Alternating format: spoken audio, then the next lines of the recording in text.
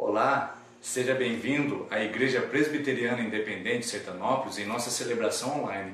Para nós é uma grande alegria poder receber você aqui, ainda que virtualmente. Mas eu gostaria de te dizer que a nossa igreja te acolhe com muito carinho e temos a alegria de poder ter esse momento de contato com você. Quero lembrar você que a nossa comunidade local tem a seguinte visão: buscar a Deus, amar as pessoas e alcançar o mundo. Buscar a Deus através de celebrações e eventos inspirativos que possam trazer ao nosso coração a sensibilidade da intimidade com o Senhor. Queremos também amar as pessoas através de relacionamentos saudáveis, onde possamos cuidar uns dos outros através da nossa vida em comum. E também queremos alcançar o mundo através de estratégias que sejam evidentes a presença do Reino de Deus. Nosso propósito é sinalizar o Reino de Deus que já chegou e também já está entre nós. Portanto, venha participar conosco da nossa comunidade, ficamos felizes de poder te receber e aguardamos a sua visita outra vez, seja virtualmente ou seja pessoalmente, queremos te receber de braços abertos. Deus abençoe e tenha uma ótima celebração.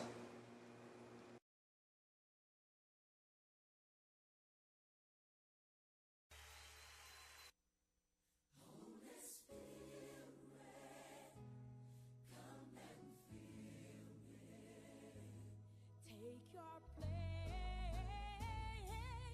Here I am. Someplace new. Rain and share me.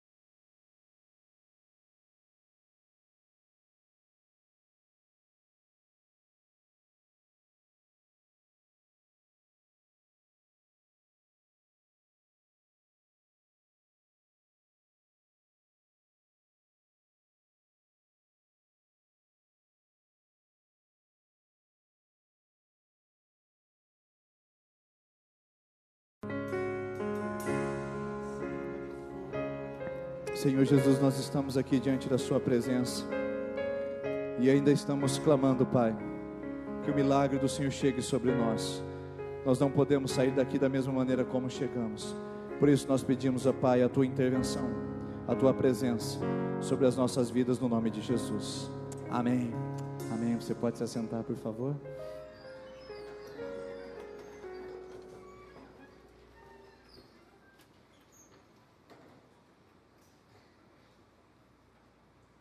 Irmãos, nós continuamos aqui hoje conversando sobre o rei Davi e falando sobre esse importante personagem da Bíblia, principalmente dos salmos e das composições que ele escreveu. Vale a pena lembrar com você e ressaltar que os salmos na Bíblia são aqueles escritos que mais se aproximam do nosso teor humano. Por quê? Porque os salmos são gritos da alma. Nos salmos nós vamos encontrar decepções, no salmo nós vamos encontrar ira, nós vamos encontrar melancolia, nós vamos encontrar depressão. Por exemplo, o Salmo 42 de Davi, ele diz: por que está abatida a minha alma e por que te perturbas dentro de mim? Se esse não é um grito de um depressivo. Também nós temos salmo de pessoas desesperadas, o Salmo 73, apressa-te, Senhor, em socorrer-me. Gente que está no fim da linha e acha que não pode se segurar em mais nada. Ou seja, os salmos são gritos da alma. E se você quer começar a leitura da Bíblia, eu sugeriria que você começasse a partir dessa semana a ler o livro dos Salmos. A partir do capítulo 1 até o capítulo 150, você vai encontrar pessoas muito parecidas com vocês. Gente pedindo vingança. Alguém que fala no Salmo, por exemplo, 137, Senhor, pegue e esmague-os, destrua-os, acabe com eles. Como você às vezes pede que alguma coisa aconteça na sua vida para poder resolver e, enfim, reparar o dano que você vem sentindo.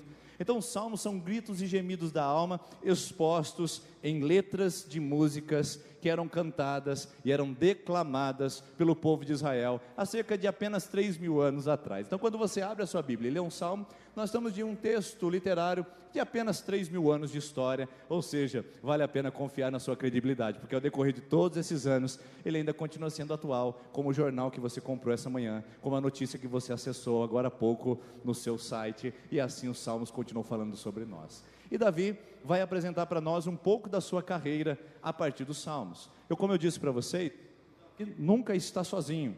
O Davi está rodeado por um contexto de circunstâncias. Davi não está enclausurado num castelo, Davi não está simplesmente fechado num gabinete ou num estúdio musical, pensando que composição que eu vou fazer para vender e para poder ser famoso. É bem verdade que muito do lixo que nós cantamos hoje no mundo secular ou no mundo religioso provém de pessoas interessadas em apenas vender o seu sucesso. Os salmos não são assim. Os salmos são expressões de gente como a gente, que vive os dramas e sofrem as aflições como você e como eu. E Davi, dentro das circunstâncias, dentro do contexto, escreve coisas a respeito da sua própria vida. E a primeira coisa que eu vejo é que a história de Davi é um salmo. A própria história do rei Davi é uma composição musical. Como eu disse para muitas pessoas, quando a gente faz uma pregação ou um sermão aqui, pode acender mais uma luz aqui para mim, por favor, aqui em cima isso. Quando a gente faz uma composição de um filme, assistimos um efeito hollywoodiano, nós sabemos contar o começo, meio e fim. Uma boa pregação, um bom sermão é quando a gente sabe contar o que a gente ouviu, o que a gente aprendeu. E a história de Davi é um lindo sermão, porque começa Davi aparecendo na história, em 1º livro de Samuel, capítulo de número 16. Lá, ele é chamado de pastor de ovelhas. Jessé era o seu pai, ele tinha cerca de 8 filhos. E lá, o Davi era o caçulinha, o menor dentre eles, ruivo, pele branca, sardento, magricela, que não tinha o biotipo atlético do seu irmão mais velho, o Eliabe, não tinha o biotipo atlético do seu irmão do meio, ele não tinha condições de se aparecer e de se aparentar no meio daquela classe tão bonita de filhos de Jessé. Por isso Davizinho era pastor e ficava lá atrás das ovelhinhas, cheirando a bode, tentando construir a sua história. Só que esse pequeno pastor, ele vai de pastor de ovelhas a rei de Israel. Ele vai de um singelo e simples homem do campo à maior autoridade do povo de Israel, uma grande força militar daquele período dos tempos bíblicos. Quem é esse homem? Como a gente pode conhecê-lo? Bom, como eu disse para vocês, 1 Samuel 16 mostra a entrada de Davi na história bíblica. Samuel é o profeta e o juiz de Israel. Ele recebe uma informação de Deus. Deus disse para Samuel: Samuel, conhece o Saul? Sim, fui eu que ungi Saul como rei. E Deus disse: pois bem, esse Saul é desobediente, homem circunciso de coração, ímpio em todas as suas atitudes, é um homem teimoso, e eu não quero mais como rei, eu o rejeitei como rei. Samuel olha para Deus e fala: e aí, o que nós faremos com ele então, Senhor? Então o Senhor diz: você agora não vai fazer nada com Saul, você vai ungir um outro homem, porque eu já encontrei um outro rei para Israel, e é um homem segundo o meu coração. Ou seja, naquele momento, Saul perde o direito ao trono, porque Samuel se dirige a uma casa, no interior da cidade de Belém, para ungir um rei que estaria na casa de Jessé. Deus diz para Samuel: vá até a casa de Jessé, e de lá eu direi para você qual será, ou quem sairá como rei de Israel. Samuel senta para jantar com Jessé, Jessé prepara a mesa. Imagina só que linda informação que o Samuel traz para esse pai. Imagine você como pai, abre a porta e vem um oficial, um alto escalão do governo brasileiro, e diz para você assim: olha, dentre todos os seus filhos, eu vim aqui para escolher o novo presidente da república. Já pensou que privilégio isso? Era exatamente assim que Jessé se sentia. Arrumou a mesa, colocou todos os seus filhos em volta da mesa, e então o Samuel começou a olhar o estereótipo, o biotipo, postura e a compostura de cada um deles. Samuel se apegou a um que se destacava entre outros, Eliabe, e disse: certamente está aqui o ungido do Senhor, o novo rei de Israel. Deus fala a Samuel, em 1 Samuel capítulo número 16, ele fala assim: Samuel, não olhe para a sua estatura e nem para a sua beleza, porque você vê o exterior, mas eu vejo o coração. O Senhor não vê como o homem vê. Então o Jessé, olhando para todos os seus filhos, diz: onde está agora o rei de Israel? Samuel olha e diz para Jessé: Jessé, tem estranho negócio aqui. Deus falou para mim que sairia aqui um novo monarca, mas eu não consigo enxergar nenhum deles aqui. Deus ainda não me confirmou. Por acaso estão todos os seus filhos sentados nessa mesa? Olha só o estado de entrada de Davi na história bíblica. O Jessé fala: basicamente todos, só tem um que está lá cuidando de ovelhas, mas acho que esse você não vai se interessar por ele. Não é uma pessoa que tem uma história tão bonita, não é uma pessoa que tem uma aparência tão empolgante, não é alguém que tem uma trajetória de vida que possa trazer algum tipo de expectativa. Então eu acho que está aqui, Samuel, dá uma olhada melhor. Samuel fala: não, eu não saio daqui enquanto o último filho seu não sentar nessa mesa. Então Jessé olhou para o mais velho e falou: vai lá chamar o Davi. Quando chega o Davizinho, com as vestes tudo sujas, já sentiram o cheiro de bode da janela lá a quilômetros de distância. Veio o menininho, cabelo encaracolado, ruivinho, sardento, magricela.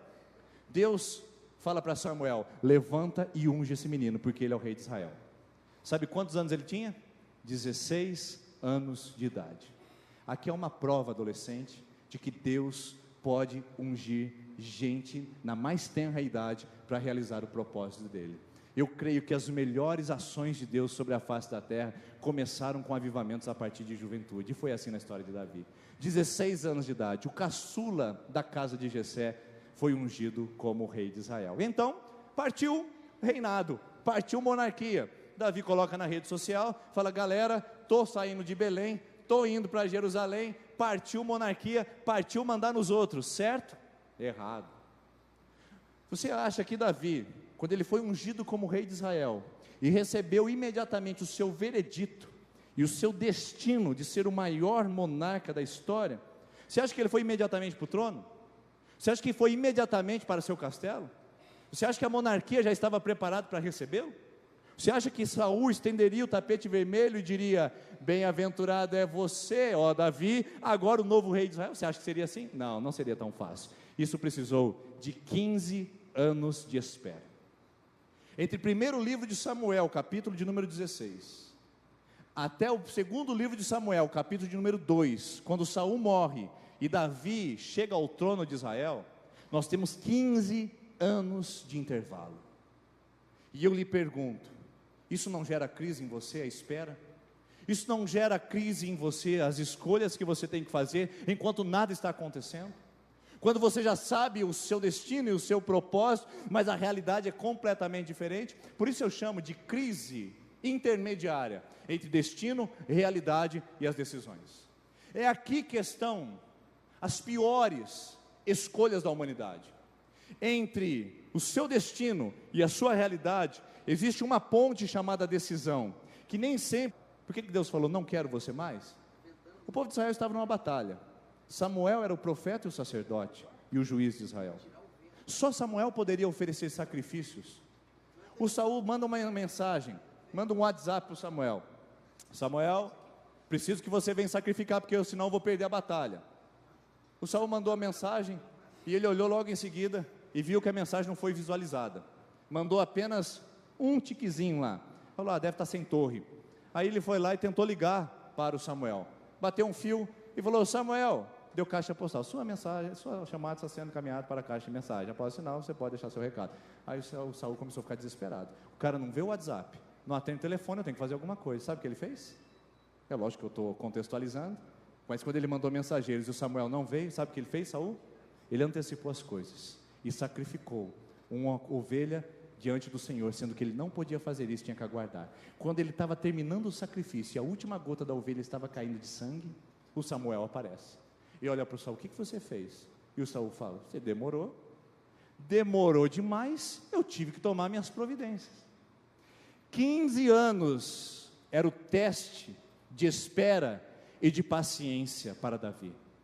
Deus havia levantado um Saul que não conseguiu esperar algumas horas, e agora ele colocava à prova o teste de confiança de um homem, não por uma hora, mas por 15 anos, e nesses 15 anos de espera, Davi vai passar pelas maiores dificuldades, e as mais intensas lutas que um homem pode passar.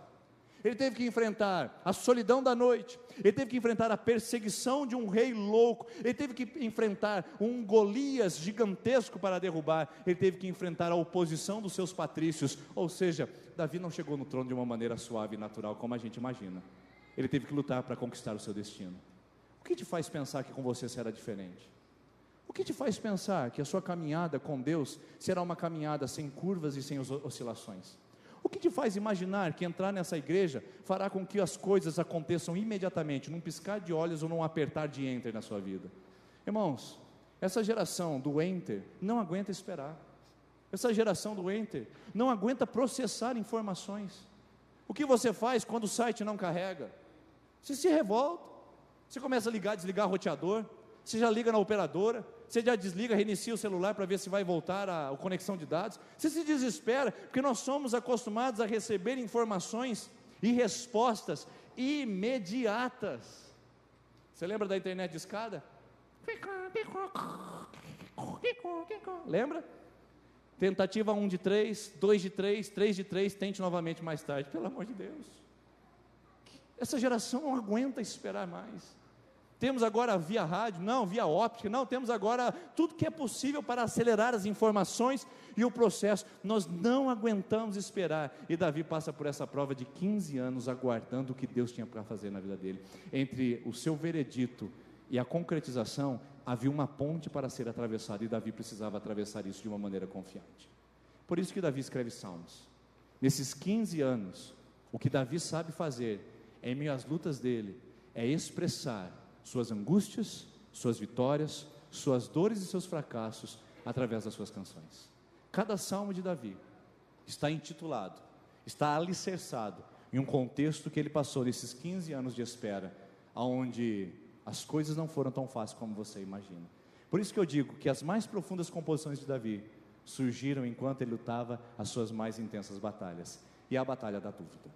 Essa, sem dúvida, é a batalha da dúvida.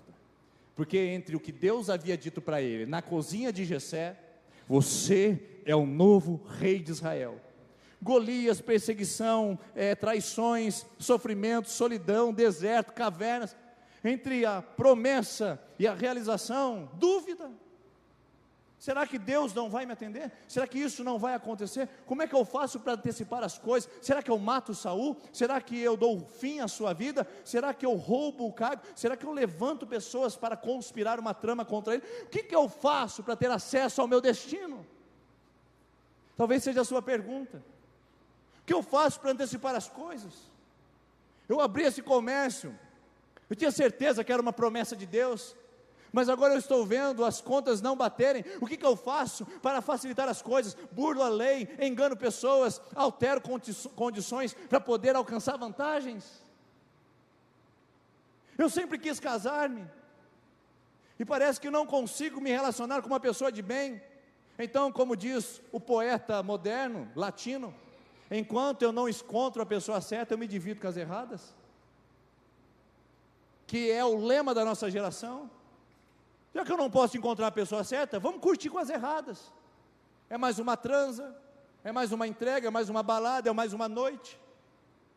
E então, vamos construindo atalhos que vão para levar, ao invés do destino, para a tragédia. Davi é um exemplo de gente que luta contra a dúvida durante 15 anos de espera para saber o que Deus queria realizar na sua vida, porque ele tinha uma promessa: vai ser rei de Israel, mas até chegar lá você tem um processo. Há um processo, queridos. Há etapas para serem cumpridas na nossa vida, e a gente não pode pular etapas. Nós não podemos alterar estágios. E é isso que Davi vai escrever no Salmo 37. Eu quero ler com você o versículo 5. O Salmo 37 é chamado de Salmo sapiencial. O que é um Salmo sapiencial? Sapiencial é de sapiência, sapiência é de sabedoria. Então, um Salmo de sabedoria. Esse Salmo bem que poderia estar em Provérbios, sabia disso? Porque ele não fala a Deus, ele fala às pessoas. Ele começa dizendo: não te indignes pelo malfeitor, não tem invejas do homem mau. Ele fala para as pessoas. Então é um salmo de sapiência, de sabedoria. E ele vai dar algumas orientações que ele aprendeu nesses 15 anos de luta. E sabe qual a orientação que ele vai dar? Entre todas as sabedorias do Salmo 37, que é lindo, e você pode ler na sua casa depois, eu quero destacar os passos. Primeiro ele diz no Salmo 37:5, um dos textos mais conhecidos, que é colocado em rótulos de marcas de empresas, que é colocado em para-barro de caminhão, que é colocado em adesivos de carros. Entregue o teu caminho ao Senhor, confie nele e ele agirá. Só que Davi não chegou nessa conclusão tão rapidamente. Sabe como ele chegou nessa conclusão? A partir do versículo 23, quando ele diz assim: os passos do homem bom são ordenados pelo Senhor, e ele se agrada do seu caminho. Ainda que tropece, não cairá, pois o Senhor o toma pela mão. 15 anos de espera para Davi entender que os passos do homem bom são ordenados pelo Senhor. Há um processo, e se nós não nos submetemos a esse processo, e se não entendermos essa sequência, nós corremos o risco de tropeçar, cair e fracassar. Eu quero lhe fazer uma pergunta, meu irmão. Uma pergunta para você, minha querida irmã. Quantas coisas você bagunçou em sua vida porque você não obedeceu à ordem natural das coisas? Você reclama da vida financeira, que não consegue fechar a conta no final do mês, mas você tem 2 pensões a pagar de 2 filhos fora do casamento. Como seria a sua vida se você não tivesse pulado processos? Você diz que a sua vida financeira não bate, e que as suas necessidades são grandes, mas como seria a sua vida se você não tivesse feito aquele empreendimento financeiro, se não tivesse esperado a sequência lógica da vida, que primeiro é ter, para depois comprar? Como seria a sua vida? Como você dormiria? Quais são os níveis de ansiedade e de dúvida que frequentam o seu coração? Se você entendesse que os passos do homem bom são ordenados pelo Senhor. E você, meu filho, que está se relacionando com uma mulher que não é da igreja e não é da mesma fé? E você, minha filha, que está se relacionando com um homem que não é dessa igreja, que não é da sua mesma fé? O que será da sua vida quando você chegar lá na frente e perceber que cada um está puxando por uma ponta, e depois estará vindo à igreja sozinha, com os filhos, ou sozinho com os filhos, sem ter a família junto de você, porque não respeitou os processos? Você queria casar a todo custo, e aí está um processo pulado e uma sequência destruída. Como seria a nossa vida se a gente tivesse respeitado os processos e entendido os passos do homem bom que são ordenados pelo Senhor? Os passos do homem bom não são dirigidos por nós, não são feitos por nós, são ordenados pelo Senhor. Como seria a sua vida se você não tivesse casado com a pessoa que você casou, e que agora você não tem direito de se separar mais? Como seria a sua vida se você não tivesse entrado nessa empresa que você entrou, e que agora você não tem mais como sair? Como seria a sua vida se você tivesse abraçado a fé, que você se desviou e teve experiências tão ruins na sua história? Como seria a sua vida se você tivesse atendido ao chamado do seu pai e da sua mãe para frequentar esse lugar quando você ainda era um adolescente? Como seria se você respeitasse os passos e os processos e não pulasse etapas? Davi fala: eu aprendi que o trono a gente não conquista à força, eu aprendi que o trono a gente não toma a revelia. Eu aprendi que os passos de um homem bom são ordenados pelo Senhor. Existem momentos que eu estou lá embaixo, eu estou na caverna. Existem momentos que eu estou na solidão e passando por desertos. Existem momentos que, como eu escrevi no Salmo 23, no versículo 4, estou no vale da sombra da morte. Mas existem momentos que eu estou triunfando e estou dizendo: o meu Deus, o meu refúgio, o meu guia, em quem me regozijo e tenho prazer. Ou seja, eu sei os processos de Deus, eu sei a sequência, eu aguardo no direcionar dos passos de Deus para a minha vida. Entre 1 Samuel 16 e 2 Samuel 2, existem 15 anos de intervalo de uma pessoa que aprendeu a respeitar processos. E eu pergunto para você: você entende isso? Você respeita processo?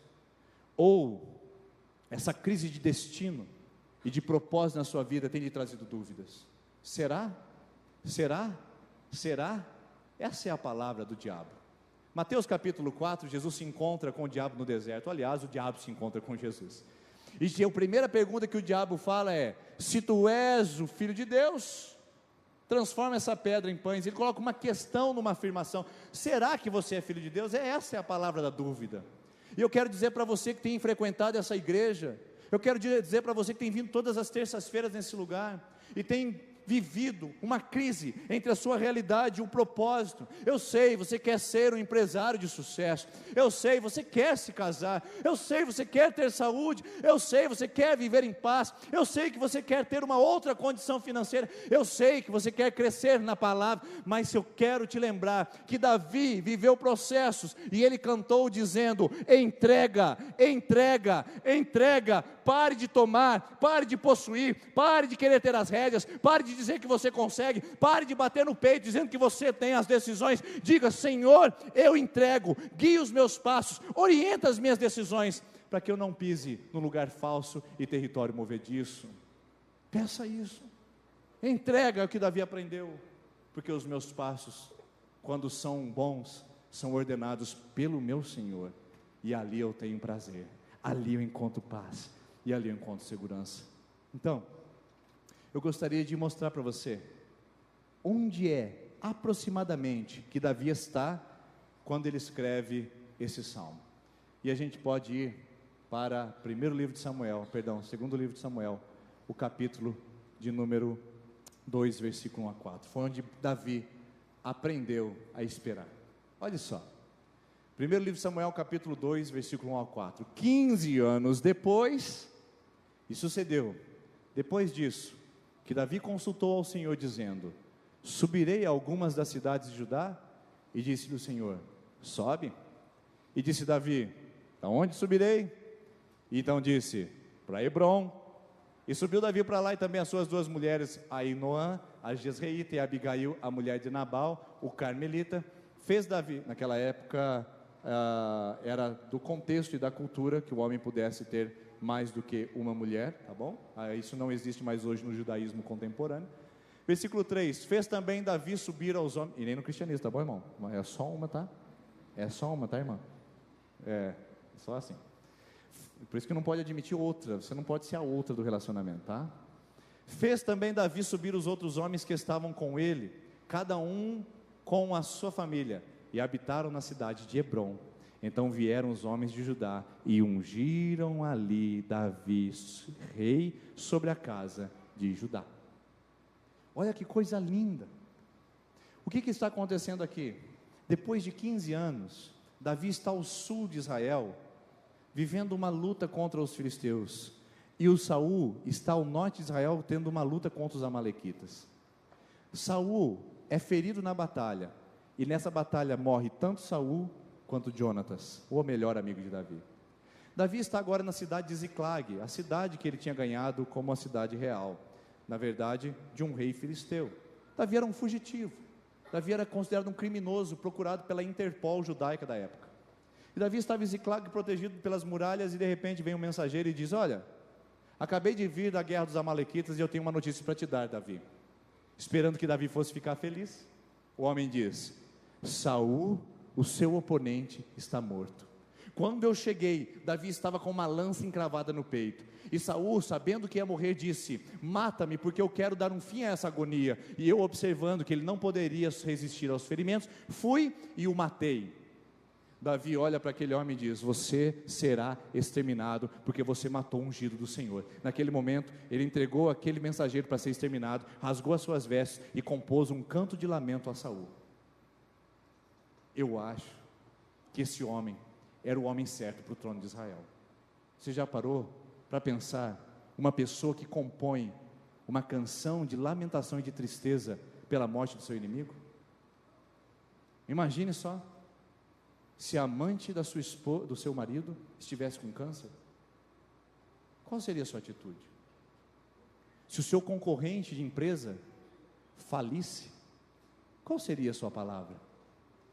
Se a pessoa que é o seu desafeto fracassasse, o que você falaria? É isso que faz a diferença entre reis e servos. Gente que está em posição diferente de outros, porque alguns experimentaram a lama e nela ficaram, outros experimentaram a lama e dela saíram. Davi é um exemplo disso. Davi compõe um hino de lamento e tristeza, porque o seu principal adversário havia morrido em batalha. É o homem certo para o trono, é o homem certo para a gente estudar, e para a gente aprender, porque quando ele está lamentando, ele interrompe a oração, e entra Samuel capítulo 2, diz assim: e então, Senhor, o que farei? Porque não dá para ficar lamentando a vida inteira, não dá para ficar falando dos tempos passados, não dá para ficar procurando culpados, não dá para ficar fazendo-se de vítima, não dá para ficar dizendo: ó vida, ó céus, ó e agora o que será de mim? Ó meu Deus, não foi culpa minha. Não dá para ficar assim. Agora é a hora de falar: Deus, e agora? Qual é o próximo passo? Porque nesses 15 anos, Saul coordenou as minhas caminhadas. Saul entrava pela direita, eu saía pela esquerda. Eu não poderia matar o ungido do Senhor. Eu sou um homem leal, eu sou um homem fiel. Saul conduzia os meus passos. Quando ele ia para o deserto, eu ia para o vale. Quando ele ia para o vale, eu voltava para a caverna. Eu caminhava de acordo com a perseguição de Saul. Saul fazia bem a Davi. E é bom ter Saul, irmãos. Todo Davi precisa de um Saul para chegar ao trono. E você reclama dos seus desafetos, você quer destruir seus oponentes, quer colocar posts contra eles no Facebook, ou quer fazer comentários pitorescos contra as suas vidas. Você quer retalhar com vingança, falando mal e usando a língua para ferir. Davi não é assim.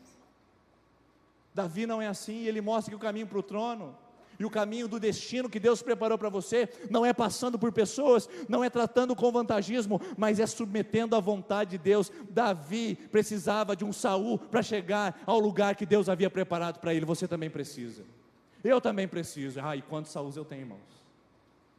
Você acha que todo mundo ama pastor? Você acha que todo mundo bate na costa e fala: que lindo, maravilhoso, carequinha maravilhoso? Quantos Sauls eu tenho que enfrentar diariamente na minha vida? E como eles me fazem bem, porque eles me tiram do deserto e me levam para o vale, me tiram do vale e me levam para a montanha, me tiram da montanha e me colocam na caverna, me tiram da caverna e me colocam no trono, porque esse é o papel dos adversários daqueles que são filhos de Deus. Os adversários dos filhos de Deus não são para destruir sua vida, são para te colocar no lugar que Deus te preparou. Ou você crê nisso, ou você está em maus lençóis. Vai ter que lutar com seus braços e com as suas forças. Davi disse no Salmo 20, versículo 7, ele disse assim: uns confiam em carros, outros em cavalos, mas eu faço menção do nome do Senhor. Eu não retribuo, eu não avanço contra o ungido do Senhor, eu aguardo que Deus me coloque no lugar que Ele preparou para mim. Eu quero te dar uma palavra profética essa noite, você que tem pensado em vingança e retribuição. Não é assim que se trata os adversários. Davi soube como tratar, e Deus o posicionou no lugar mais alto. Você nunca estará lá, até que aprenda a lidar com seus adversários, que são necessários para você se colocar e estar no lugar que você, ou que Deus preparou para você estar. E olha só, quando ele interrompe a oração dizendo: Saul morreu, ele fala: agora eu preciso ir. E aqui eu aprendo como livrar-me das dúvidas entre a minha realidade e o propósito que Deus tem para a minha vida. Você sabe qual é o propósito? Você entende isso? Deus te quer numa família abençoada, Deus te quer num negócio próspero, Deus te quer numa vida em paz, Deus te quer com um relacionamento saudável, você sabe disso? Agora, nesse intervalo, interregno, o que é que eu preciso aprender? A me livrar da dúvida. E como é que eu livro da dúvida? Primeiro, consulte. Primeira coisa, consulte. Olha o que diz Davi: Senhor, eu preciso agora subir? Eu preciso sair de Ziclag?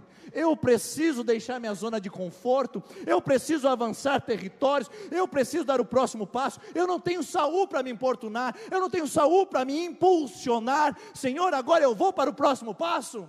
É isso mesmo, Senhor? Ou eu fico em Ziclag esperando que alguma coisa aconteça? Olha o texto. E então Davi consultou ao Senhor.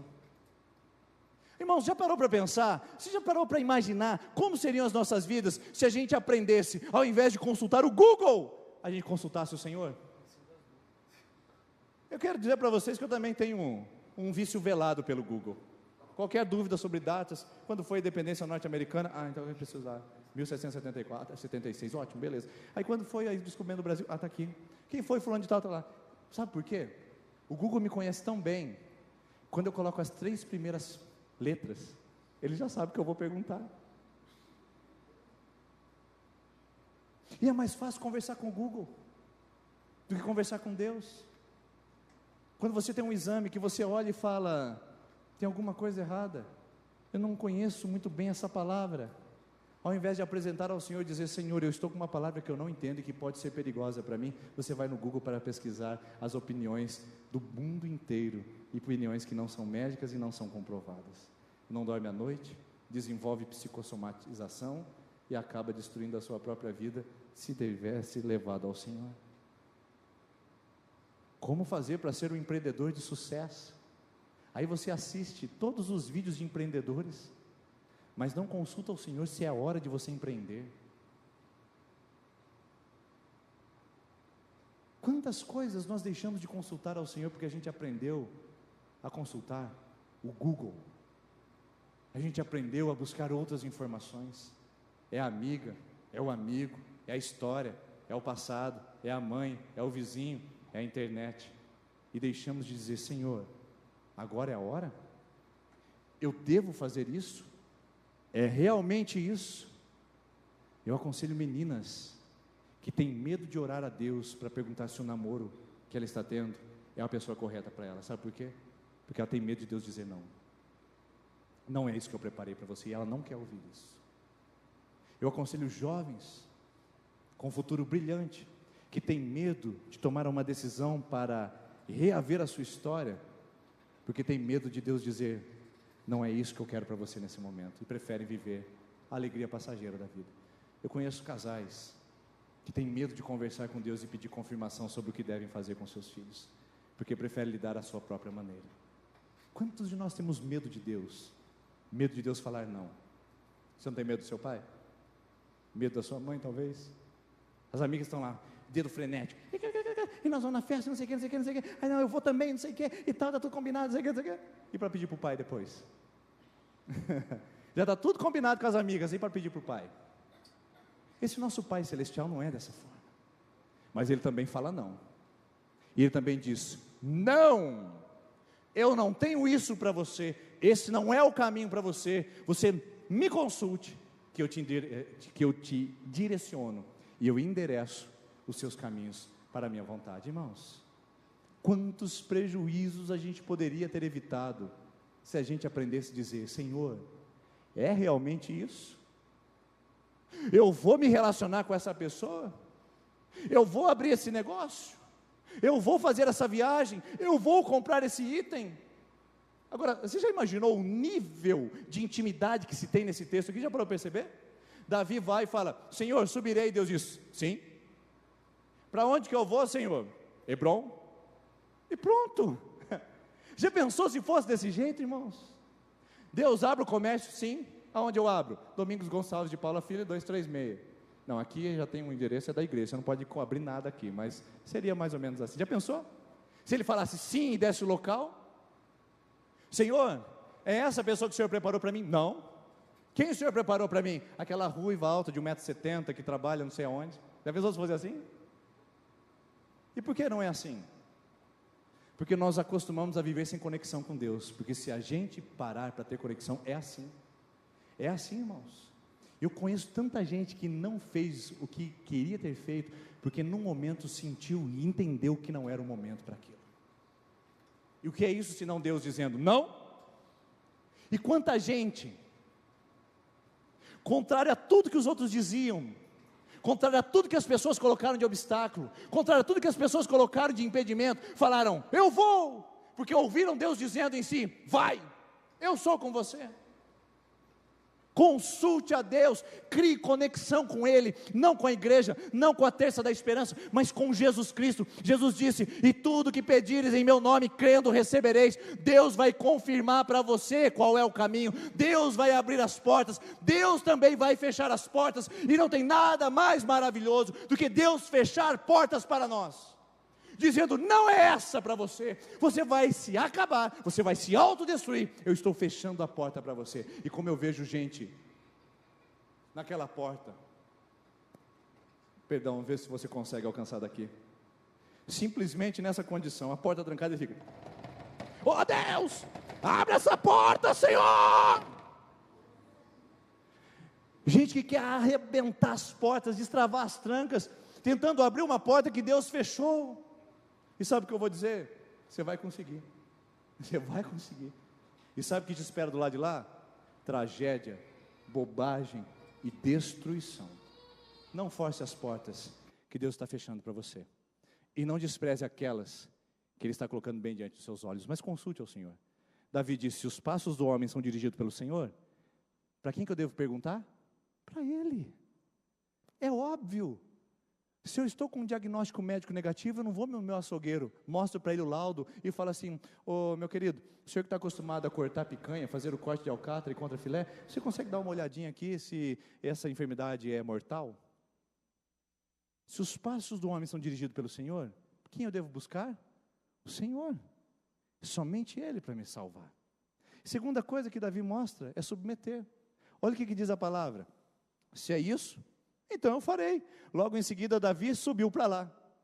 Não tem meio termo, não é minha conversa, aquele negocinho, eu vou subir para lá se o Senhor me der um carro, eu vou subir para lá se o Senhor me der um emprego, eu vou subir para lá se o Senhor me der uma namorada, eu vou subir para lá se o Senhor me curar, eu vou subir para lá. Não tem si, irmãos. Eu vejo uma geração de pessoas interessadas na religião que são hipócritas, que colocam si condicional como se Deus fosse seu subserviente, como se Deus fosse seu subalterno. Deus é rei, Ele não recebe comandos, Ele não precisa da sua opinião, e nem na minha.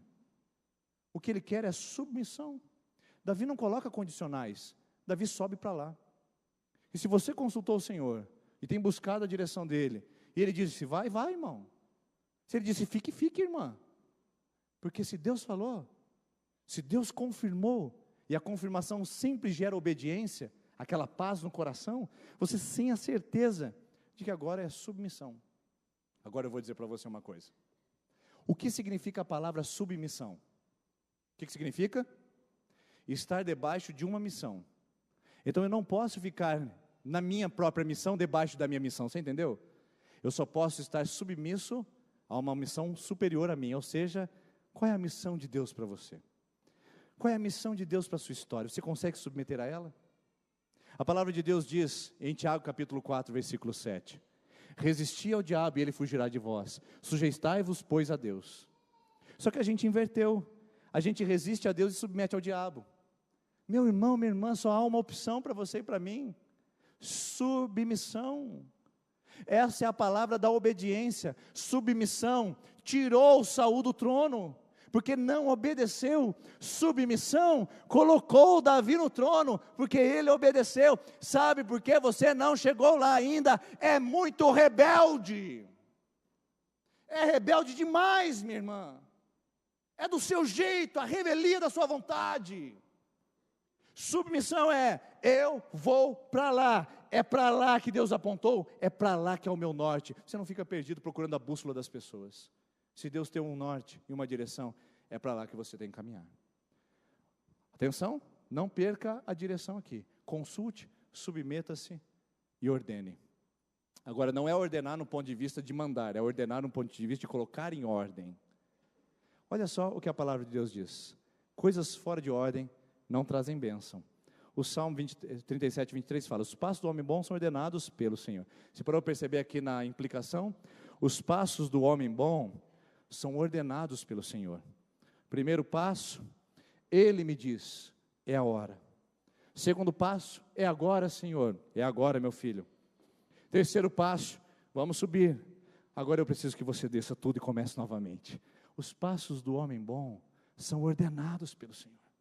Ou seja, está em ordem. Está em ordem.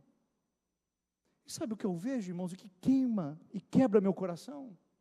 É tanta gente se autodestruindo, colocando bombas na sua história, e se autoimplodindo, deixando as coisas tudo fora de lugar. Existe uma ordem. Cadê meu tecladista aqui, fazendo favor?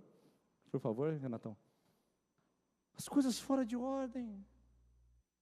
As coisas não caminham, as coisas não andam. Quando a gente não está ordenado, a gente pula passos.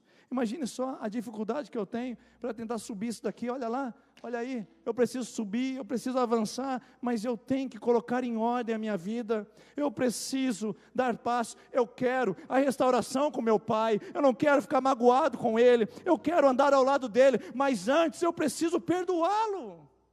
É a ordem natural das coisas. Não tem como eu subir e olhar para o meu pai e vê-lo simplesmente numa outra ótica. Eu preciso dar passos. Eu quero uma família abençoada. Eu quero uma família feliz. Mas eu tenho que colocar em ordem as coisas. Deixará o homem, seu pai, sua mãe, e unir-se-á sua esposa, e os dois serão uma só carne. Eu não vou para a cama antes do casamento, porque eu estou colocando em ordem minha vida. Minha família depende dos passos. Depende da ordem. Se eu não estou em ordem, eu estou em caos. E o caos é gerado pelas minhas práticas. Minha irmã, não leve esse homem para dentro da sua casa, para morar junto com você e com as suas filhas, para dormir na sua cama, antes que esse homem seja seu esposo. Não é a ordem, e não adianta vir pedir para a pastora abençoar, que Deus não abençoa o que está errado. Se você quer ser um profissional de sucesso, uma empresa empreendedora e feliz, e você quer chegar aqui em cima, pague as contas, meu irmão, compre certo, ande corretamente, seja idôneo, tenha caráter. São ordens, os passos dos homens, bons, não dos maus, porque os maus têm seus próprios passos, mas os passos do homem bom, Deus coloca em ordem, um após o outro, sequência após sequência. Existe uma ordem para a gente poder andar, e se quebrarmos essa ordem, seremos o resultado da nossa própria desgraça e das nossas próprias escolhas. Você está com dúvida nesse intervalo? Entre o que você quer e onde você está?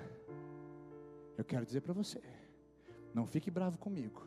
Se você não quiser voltar terça-feira que vem, eu te compreendo completamente, mas eu preciso te dizer isso: ordene a sua vida, coloque em ordem a sua vida. Deus disse isso para Ezequias: põe em ordem a sua casa, porque você vai morrer e não vai viver. Coloque em ordem sua vida, meu irmão. Coloque em ordem sua vida, meu irmão. O tempo está passando. Se você quer chegar aqui, os passos do homem bom são ordenados pelo Senhor. E sem ordem, o caos é gerado e a desarmonia é completa. Posso dar um exemplo para você antes de encerrar? Renato, faz para mim uma sequência de sol, por exemplo, né? Porque o pouco que eu aprendi de música, né, é que existem escalas. Por exemplo, a escala de sol tem algumas notas. Vai lá, coloca para mim a escala de sol, Renato. Tá vendo? Né? Uma escala harmônica. As notas estão ordenadas. Há uma sequência, há uma sonoridade. Agora, Renato, coloca para mim notas que não são da escala de sol enquanto você estiver fazendo a escala de sol.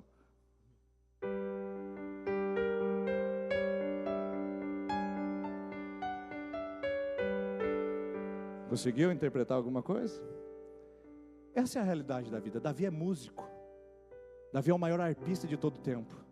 Ele conhece as escalas pentatônicas, conhece a escala jônica, conhece as escalas musicais como ninguém. E ele diz: os passos do homem são harmonizados pelo Senhor. Então eu quero dizer para você essa noite: como está o som da sua vida? Com aquela escala harmônica e suave? Ou essas interrupções de notas que entraram, que não deveriam estar fazendo parte da sua vida? Convido você a se colocar em pé, por favor. A equipe de oração pode vir aqui à frente, e também a de louvor. Eu quero que você feche os seus olhos, e eu quero que você pense: onde é que você vai chegar? Feche os seus olhos, por favor. Reflita sobre a sua vida. Reflita sobre a sua história. Quais são os passos desordenados que você tem tomado? Oh Deus, talvez seja a última oportunidade que eu tenho de orar com essa pessoa antes que ela desgrace o seu casamento. Talvez essa seja a última palavra que essa pessoa ouça antes de destruir o futuro dela brilhante, Senhor. Talvez essa seja a última palavra que esse homem ouça antes de fazer essa péssima escolha. Por isso, Deus, eu peço em nome de Jesus, tem misericórdia de nós. Fala ao nosso coração, coloque em ordem a nossa vida. Que esse homem consulte ao Senhor mais uma vez, converse mais uma vez contigo. Que essa mulher vá mais uma vez para o quarto de espera, para o quarto de oração. Leve esse jovem mais uma vez a pensar. Não deixe os passos serem tomados precipitadamente, Senhor. Oh Deus, salva da desgraça, salva do infortúnio, salva do caos. Meu Deus, tem gente hoje aqui que vai destruir a sua vida, Pai. Tira da desordem, tira do caos, meu Deus. Oh meu Deus, em nome de Jesus. Não deixe essa pessoa se contentar com Ziclag, enquanto o Senhor preparou Hebron. O Senhor chamou para ungí-la, o Senhor chamou para ungí-lo. O lugar dele não é na lama, o lugar dela não é no poço, o lugar dela não é na caverna, o lugar dele é em Hebron, é reinando com o Senhor, Deus. Por isso, Pai, no nome de Jesus, toca em corações. Passa a ser esse lugar, Espírito Santo. Faz isso no nosso meio essa noite, Pai. Coloque-nos, ó Deus, em direção a Hebron, porque lá seremos ungidos, e lá veremos os 15 anos de espera, sendo compensados pela bênção do Senhor, em nome de Jesus. Enquanto nós cantamos essa canção, você que vai participar da campanha de oração, vem aqui por favor, e você que vai começar hoje a sua campanha, também venha, e pegue um cartãozinho antes de ir embora. Quarta, quinta, sexta e sétima semana de campanha, você pode vir à frente, você que vai começar a sua campanha, venha enquanto nós cantamos essa canção.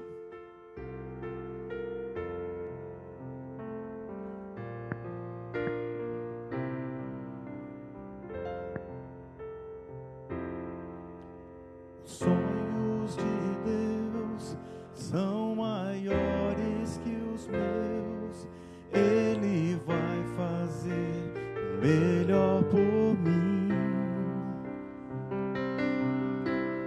Ele vai além do que eu posso ver. Ele faz o que eu não posso fazer. Deus vai cumprir os seus planos em mim. Ele vai fazer o que lhe apraz. Sou pequeno e falho, mas Ele é Deus. Ele só faz o melhor pelos seus. Deus vai cumprir os seus planos em mim. Ele vai fazer o que lhe apraz. Sou pequeno e falho, mas Ele é Deus. Ele só faz o melhor pelos seus.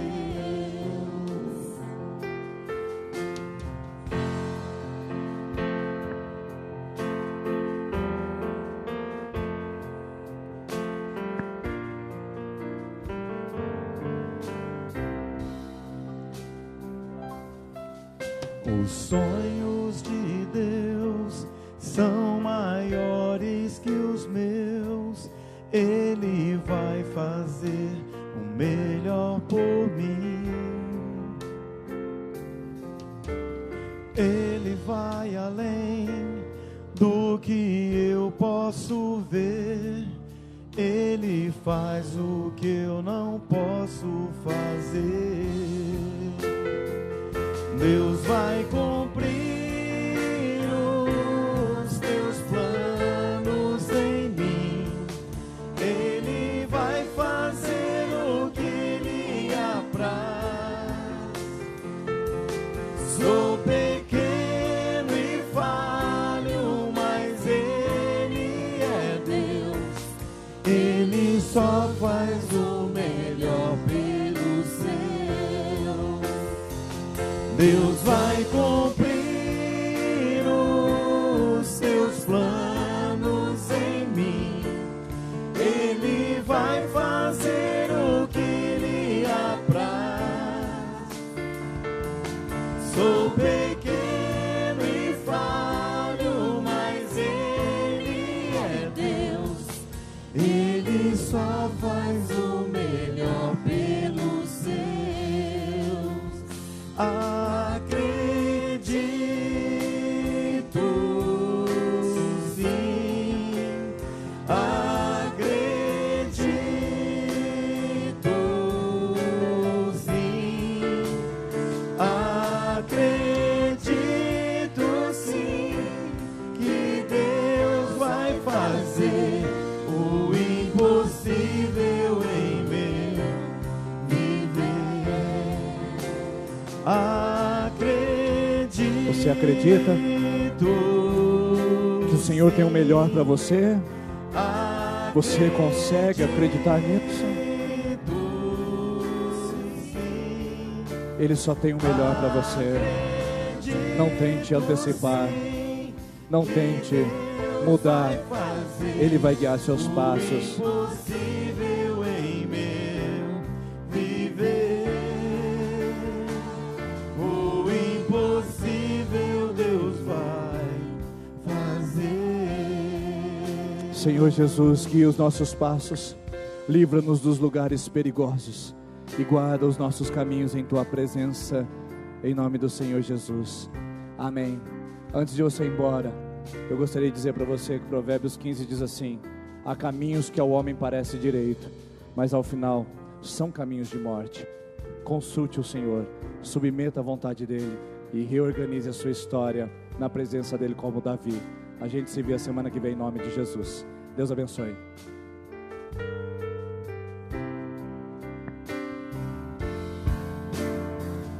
Deus vai cumprir os teus planos em mim. Ele vai fazer o que lhe apraz. Sou pequeno e falho, mas Ele é Deus. Ele só faz o melhor pelos seus. Deus vai cumprir os teus planos em mim. Ele vai fazer o que lhe apraz. Somos pequenos, Senhor. Sou pequeno